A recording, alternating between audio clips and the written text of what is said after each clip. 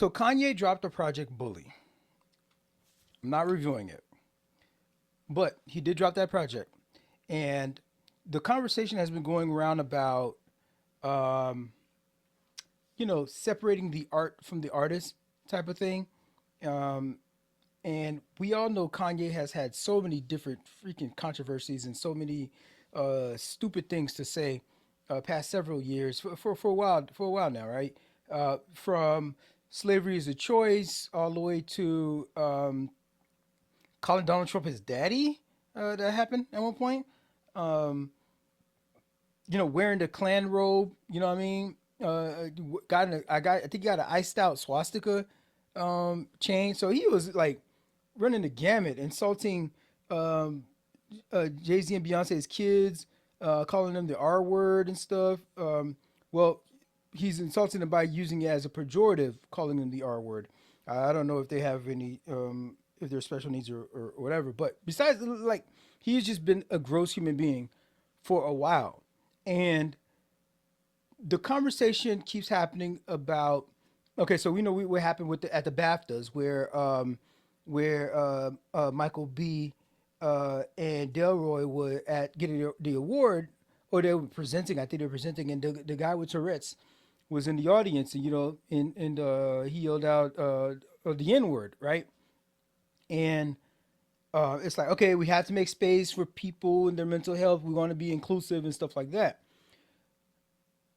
But here's the conversation about the thing with Kanye, and how it's always coming up about, hey, people, don't forget this guy has a mental illness, this guy's bipolar and whatnot, right? Uh, I don't believe him. I'm going to go on the record and say that he may have some bipolarism. He may have it manifests in some form or fashion, but I think it is hella convenient when he gets to like trot this out as a an excuse for his behavior. And it does so it's oh man, this is gonna be a freaking hot take right here. Not a hot take, but like, so when they talk about, for example, the conversation about sexual assault, right? And um and then there's people out there that men and women that make false allegations. So what happens in those circumstances is like, okay, well, you're making it hot for everybody else who has like valid accusations, right? Um, because everybody's gonna be like, oh, this is just like them other fake ones, right? And so you're messing up the landscape for people who have legitimate claims for certain things. And so for people with mental health issues, Kanye is an example, I think, of like, okay, maybe he has some mental health issue. He does. It exhibits, I mean, pop psychologist that I'm being right now. But it's hella convenient the times that you choose to trot this thing out and wear it as a shield. And you're not doing a service, you're doing a disservice to the people who actually had this thing, who are suffering with these sorts of conditions, and making and like polluting the landscape for them. Here's why I don't believe him. Here's why I don't believe the extent to which he is crippled or compromised by this condition. I looked up how long does it take to make or get to produce a custom boxing robe, like to go to a boxing match, right? You see the boxers, and they get a robe. It's got their name on it, got logos and stuff like that. It's specific colors. You know what I mean? Like the trim might be black and the rest might be red or whatever, right? And it's custom. How long does it take to make one of these things? There's a couple of steps to this, and this is why I'm starting to. I'm like, wait a minute. There's some logistics here. I'm a logistics brain person. First of all, there's the design phase. What's the style? What's the material? What's the you got to take measurements. Take his specific measurements. He made a whole freaking clan robe, yo. So you got to take his measurements for it to fit right. He's a fashion guy. He's gonna want it to fit a particular way. There may be even samples that are given. Just samples get sent like, hey, how do you think? What do you think about this one? What do you think about this color combination? Here's the sample. We mocked it up, right? Try it on. What can we adjust? Do you want a zipper? Do you want buttons? What do you say? Do you want it to be? Do you want there to be you can put a belt, or maybe it's just like you could cinch it, whatever, right? Then there's the actual production of the thing. You source the materials, you know what I mean, and you, whether you wanted some specific materials for it to be breathable, not stretchy, kind of whatever. Maybe you have a specific designer that you're working with. Okay, fine. Production takes time. And then it takes time to ship it to you, to mail it to you, and all that, and to get it to you. And then you try it on. Oh, maybe there's an adjustment that needs to be made, or here and there, and then like, okay, all of that, at best, for somebody at Kanye's level, doing this thing like custom to get good quality work, stitch work, at best 2 months. 2 months. So you mean to tell me you had an episode where you had an idea, a mental episode, right? Where you had an idea like, I want to wear a Klan robe, or I want to get a freaking swastika chain. In January, you had this idea in January. You go through from January all the way to March, April, the chain, February, March, 2-3 months. The thing gets produced. There's no time in between. You wake up out of that stupor. You're like, I did what? I ordered what? Nah, I wasn't well mentally. Cancel that. No time between January and February. You didn't have a day, one day of where you were lucid. No? Okay. So there are people out there producing. They're doing, hey, you ordered it. Are we just gonna do what he ordered? I'm a business. I gotta get paid. The thing comes, it ships to you. It gets to your house. Days go by. Maybe you're back again in your stupor. Maybe you're back again in your mindset. Or you're having another episode. You're struggling. You're off your medication, or whatever. There's like a 3-week window there. The thing gets shipped to your house. This box is here in your house. And you open it up, and it's a Klan robe. It's a black Klan robe, or it's a swastika chain.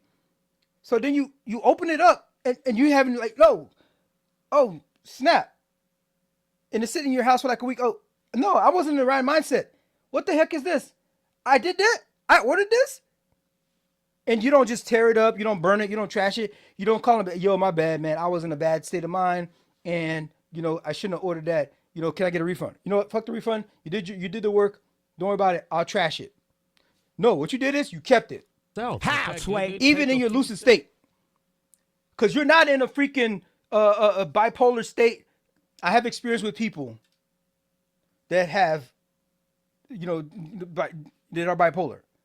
So, it ain't 100% like that all the time, bruh. It ain't 100% all the time like that when you're constantly in this like other universe. It's not like that. You come out of that, and you should be like, yo, this is crazy. Okay, so you designed it, you got it shipped to your house, to your crib. You tried it on there and you kept it. And then you you scheduled an interview with podcasters, with other shows or whatever, whatnot, right? And those things are scheduled like weeks in advance, okay, months in advance usually. But you're Kanye, you have pull like that. They could get you in next week. They could get you in within 2 weeks. You schedule that interview, which is out in March, in April. This idea that you had over some wild idea you had back in January, all these steps that I just walked through, you went through, you still have this thing in your house, and then you go sign up for the interview and you wear it the day of. The day of, even the day before, when you're like picking out your outfit, what am I going to wear to this interview? You're not lucid that day? Will you lay your clothes out before you go, like first day of school for kids? You're not lucid that day either. You follow through on that day, and then the day comes, you wear it. You wear it. And you stand on 10 toes on it. I'm proud on it. Right? Like, And now you want to come around and talk about I was misdiagnosed with CTE. First of all, you can't get diagnosed with CTE until you die. I mean, this is this other kind of weird method, but like you can't diagnose yourself with CTE. I know that for sure. There's some traumatic effect, maybe for sure, PTSD from your car accident and whatnot. But when you was making those beats, when you were signing those deals with Adidas, you was perfectly lucid, perfectly fine. How was those? How are those contracts legal if they were made with a person that was not mentally sound? Contracts aren't legal like that. Ask an attorney. So you must have been mentally sound, but somewhere in between there, you lost your mind, and then you found your mind, and you lost your mind again when it's convenient. That's why I don't believe Kanye.